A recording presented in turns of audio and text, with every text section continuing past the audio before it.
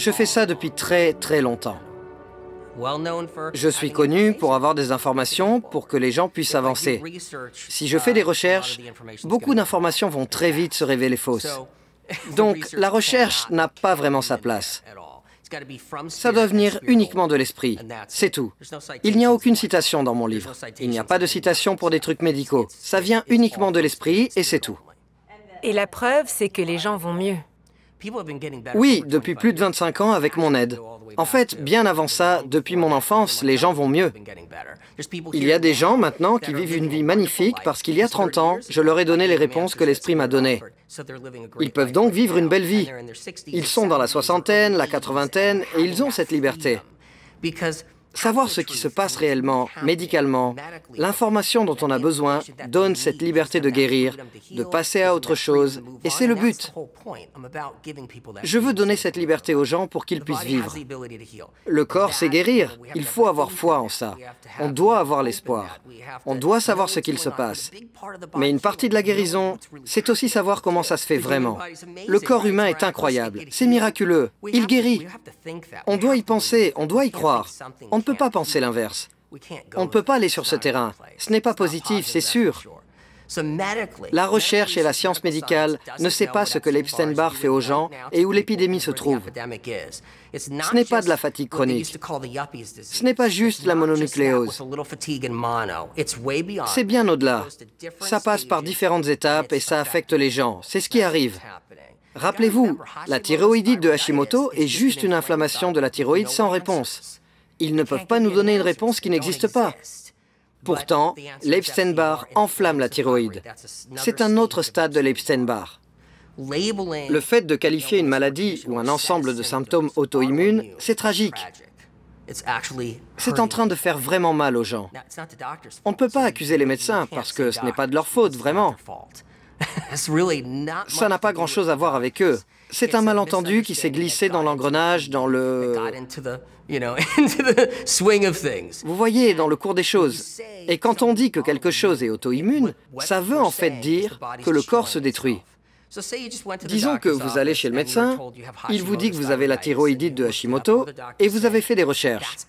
Il vous dit que c'est une maladie auto-immune, vous dites « c'est quoi ?»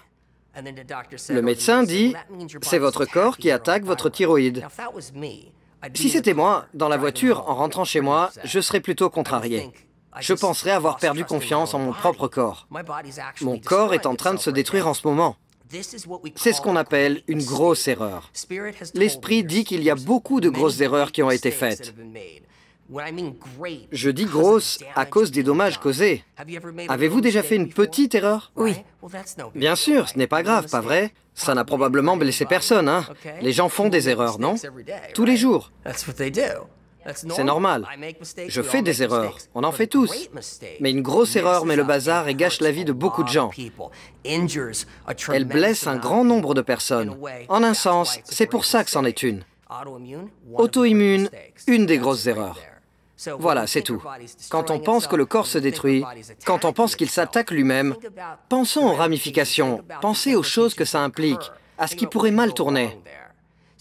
Donc, la vérité, c'est que le corps ne s'attaque jamais.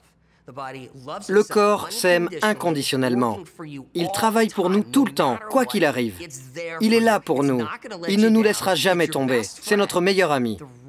La raison pour laquelle on parle d'auto-immunité, c'est parce qu'on ne connaît pas la cause des symptômes ou de la maladie qui se développe. Regardez le psoriasis et l'eczéma, cause inconnue.